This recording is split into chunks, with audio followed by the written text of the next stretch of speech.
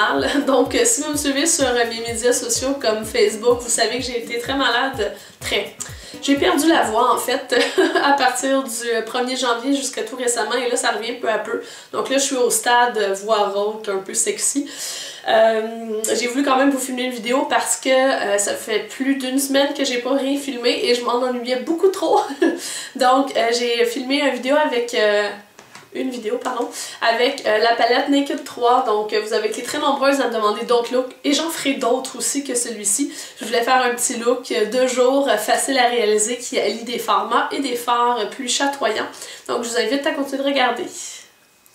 J'applique une base qui est transparente, celle-ci c'est celle de Tarte. Donc c'est la Clean Slate 360 degrés Creaseless.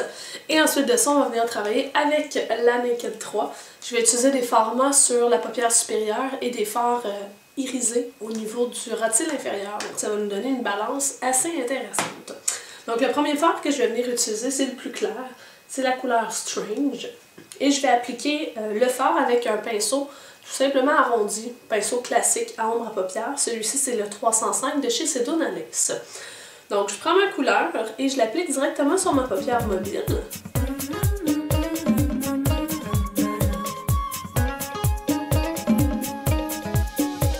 Je vais ensuite faire le dessous de sourcil pour mon point de lumière, qui va être un point de lumière mat.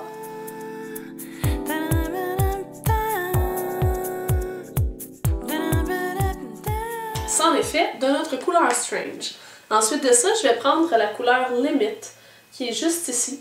La couleur Limite, c'est un fard qui est assez clair, mais qui est juste assez foncé pour venir commencer le travail d'estompage dans le creux. Donc c'est un peu notre couleur transition qu'on utilise. Et je prends un pinceau en forme de dôme. Celui-ci, c'est le pinceau définition de chez Les Oitiers.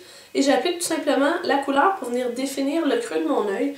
Donc directement dans l'espace, l'espèce de trou qu'on a entre l'œil en tant que tel et l'os du sourcil. Donc on voit déjà le travail de profondeur qui se fait. Comme c'est ma couleur de transition, je me permets de remonter vers le sourcil comme ceci en pesant de moins en moins fort pour venir vraiment créer une belle transition avec ma couleur qui est sur mon arcade sourcilière. Une fois que cette couleur-là est appliquée, on va venir travailler une couleur légèrement plus foncée, toujours dans les mats, et c'est la couleur Nooner qui est juste ici, qui est aussi dans les tons de rose, mais qui est un peu plus mauve, un peu plus comme une couleur plus de terre aussi. Donc je continue avec mon même pinceau et j'applique cette fois-ci encore dans le creux, mais je mets plus l'accent vers le coin externe et j'évite de monter comme je l'avais fait avec mon fard Limite.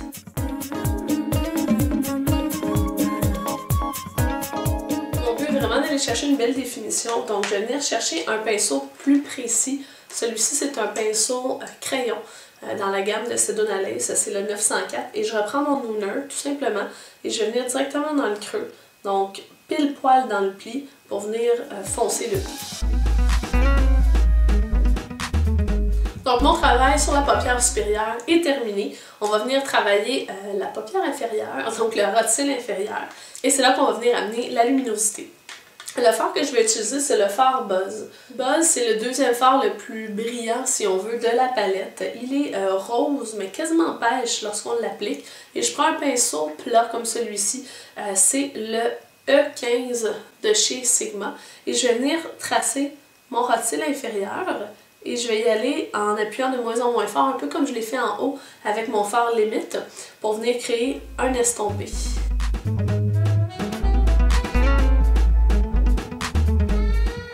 Et là, comme je vais vouloir créer une certaine profondeur au niveau du coin externe sur le rotile inférieur, je vais prendre l'un des fards foncés de la palette et je vais venir tracer légèrement très près d'où les cils sortent, donc à la racine des cils, au coin externe. Je vais venir tracer un léger trait.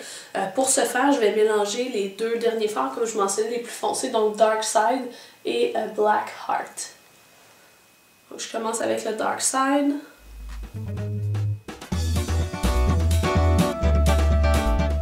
Puis le Black Heart. Black Heart, il n'en faut vraiment pas beaucoup parce qu'il est très foncé.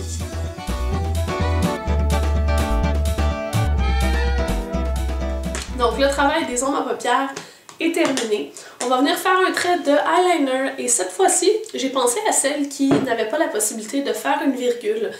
Souvent, quand on a par exemple la paupière tombante, on n'a pas la possibilité de venir étirer le trait parce que sinon ça crée une coupure, c'est débalancé. Et je pense aussi aux personnes qui ont une peau plus mature, donc une peau qui commence à avoir des ridules, tout ça qui est moins tendue si on veut. C'est très difficile de faire un trait, surtout avec du eyeliner liquide. Donc souvent le trait va être plus ondulé qu'autre chose malheureusement. Donc en utilisant une technique comme ceci, d'un trait qui s'arrête à la fin sans nécessairement faire une virgule, c'est une belle façon de mettre du eyeliner sans pour autant moffer le tout en bon français.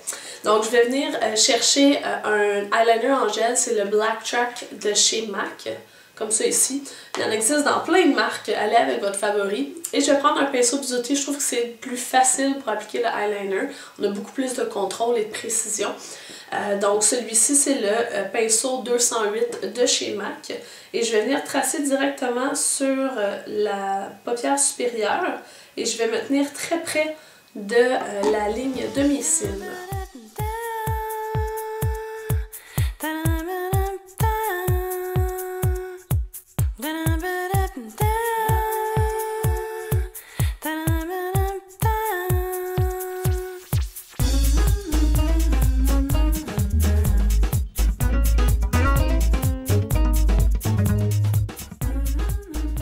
Et là, la petite twist, ce que je veux vous montrer au coin externe, c'est qu'on va tout simplement terminer le fard avec une bébé pointe, mais on la fait vraiment qui descend et qui suit l'angle qu'on va avoir à la fin, comme ceci.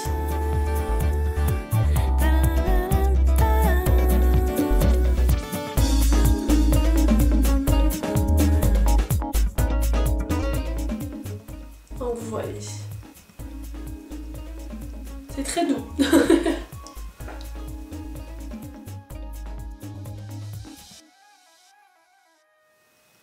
Pour bien obscurcir la ligne des cils, je vais tout simplement prendre mon pinceau avec du gel liner et je vais venir faire ce qu'on appelle le tight line. Donc ça veut dire de venir appliquer le tout sur la muqueuse mais supérieure. Donc je vais tout simplement accoter le produit sur ma muqueuse supérieure. C'est sûr que ça chatouille mais on finit par s'habituer.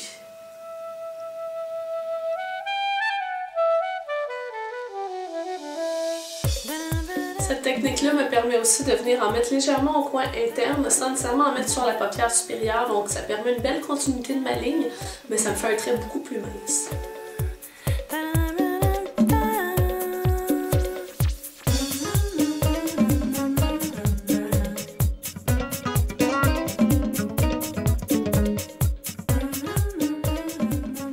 Donc là, il ne vous reste plus qu'à appliquer le mascara. Vous pouvez y aller plus en intensité ou de façon plus en définition. C'est à votre goût. Moi, j'ai mélangé deux mascaras. J'ai d'abord appliqué une base qui est la base nourrissante de Shiseido. Ensuite, j'ai appliqué le Lash Out Butterfly de chez L'Oréal. Et pour finaliser et faire les rotils inférieurs, donc les cils inférieurs, j'ai utilisé le Belong de Clarins.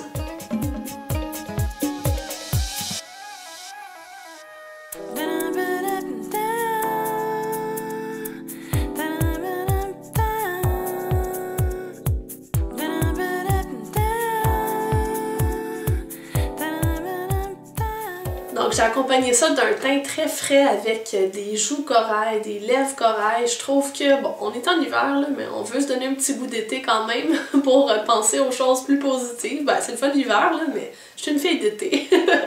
D'ailleurs, petit scoop, le gloss que je porte en ce moment va sortir dans une collection très bientôt au mois de février chez Clarins. C'est la collection Opalescence, donc la collection du printemps que j'ai très hâte de vous présenter. Puis le gloss se présente comme ceci. Et il se nomme Corail Tulipe. Donc il est très joli, donc c'est dans les gloss prodiges. Et au niveau texture, odeur, goût entre guillemets, ça me fait beaucoup penser à ceux de chez Inglot, les AMC, si vous les connaissez. Donc j'espère que ma vidéo vous a plu. Tous les produits utilisés sont mentionnés dans la barre d'informations sous la vidéo. Je vous invite à laisser des commentaires, à mettre des pouces levés sur la vidéo et à la partager. Sur ce, moi je vous souhaite une bonne fin de journée, puis on va se voir dans la prochaine vidéo. Bye les filles!